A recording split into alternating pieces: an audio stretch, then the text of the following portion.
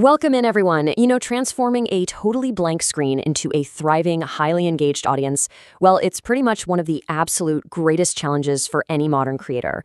In this explainer, we're going to completely break down the deep mechanics behind viral content production. We're looking entirely past that whole myth of getting lucky to really understand the engineered systems and the psychology behind capturing and, more importantly, holding human attention.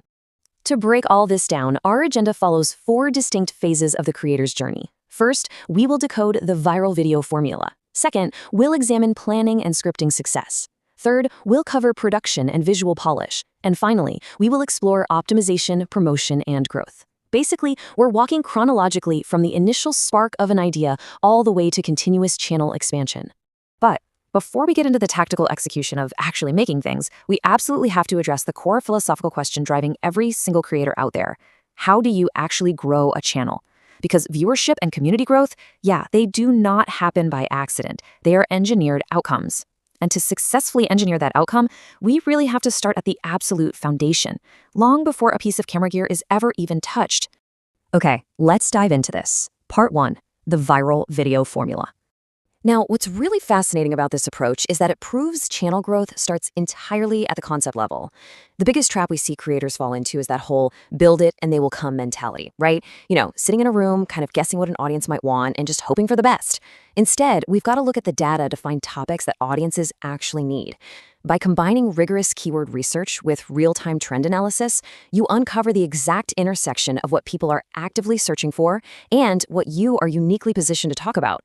You're essentially listening to the internet's collective consciousness. When you look at search velocity, which basically means how fast a topic is growing in search engines versus how much content currently exists for it, you can identify massive gaps in the market.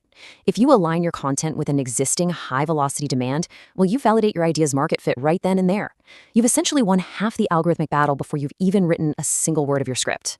Once you've secured and validated that perfect high-demand topic, we enter phase 2, planning and scripting success. Because, let's face it, a brilliant idea without a structural blueprint will just collapse under its own weight. Every highly successful script shares a strict architectural blueprint, a beginning, a middle, and an end. But, and this is absolutely crucial, we have to look at these not just as narrative steps, but as actual psychological tools. The beginning isn't just a polite introduction, it's a psychological hook. In the first 5 seconds, viewers are literally subconsciously looking for a reason to click away. Your hook must instantly validate exactly why they clicked the thumbnail in the first place, reassuring them that their investment of time is totally going to be rewarded. Then, the middle of your script acts as your primary retention mechanism. It's got to relentlessly deliver on the value you promised, whether that's entertainment or education. You have to actively trim away all that extra filler, ensuring the pacing delivers constant micro payoffs to keep the audience's retention graph perfectly flat. Finally, the end. It is not merely a summary or a goodbye. The second a viewer senses a video is wrapping up, boom, they leave. The end must be a seamless conversion tool, transitioning their current high interest directly into another piece of content, keeping them locked right into your catalog. Let's move to and see how this builds into reality. Section 3, production and visual polish. This is where the psychology of your script takes a tangible form. The tools you use for production fundamentally dictate the level of subconscious trust your viewer places in you. Let's start with the microphone. While a high-quality camera is obviously important, pristine audio is absolutely critical. Studies in viewer behavior consistently show that audiences will totally tolerate lower-resolution video, but muddy or echoing audio, that immediately signals to the human brain that the information itself is untrustworthy or just low effort. Next, we look at the visual polish. Using animation software like After Effects or Canva isn't just about making things look pretty, it's about creating pattern interrupts. Human attention naturally wanes, right? So introducing dynamic visual changes literally resets the viewer's focus clock. Finally, auto captions and manual subtitles. Guys, these are no longer optional. With a massive majority of modern media being consumed on mobile devices, often on mute or in really loud environments, subtitles act as a dual sensory anchor. Reading while listening dramatically increases information retention and keeps the viewer absolutely locked into your pacing. Finally, we arrive at the last phase. Section 4, optimization, promotion, and growth. You have this highly engineered, deeply polished files sitting on your hard drive. But without optimization, promotion, and growth, it just exists in a vacuum. So the crucial point is understanding the absolute symbiosis between the emotional and the logical elements of your packaging. Your thumbnail and your SEO pillars, meeting your title, description, and tags, they must work together flawlessly. Think of the thumbnail as a digital billboard designed specifically to target the emotional, impulsive part of the brain. It needs to spark curiosity, FOMO, or intense desire in a fraction of a second. But a great thumbnail is entirely useless if the platform's algorithm doesn't know who to show it to.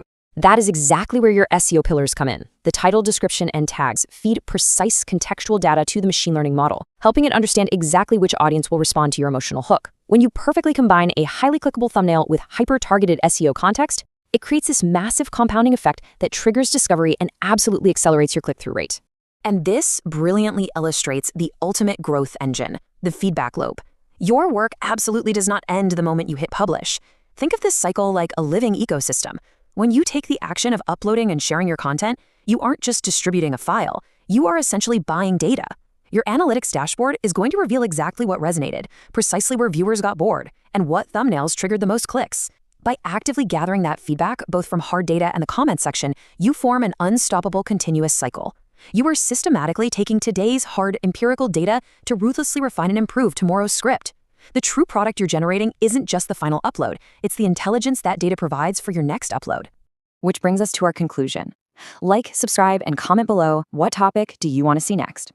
Now, this is an incredibly common phrase, I know, but it really shouldn't just be viewed as a polite sign-off. It is the active implementation of handing the steering wheel over to your community. It's the beginning of the next feedback loop. But it leaves us with a critical question for your own creative journey moving forward. When you finally decode all that data and your audience tells you exactly what they want to see, are you actually willing to let go of your own original assumptions to give it to them? Thanks so much for joining us for this explainer, and we'll catch you in the next one.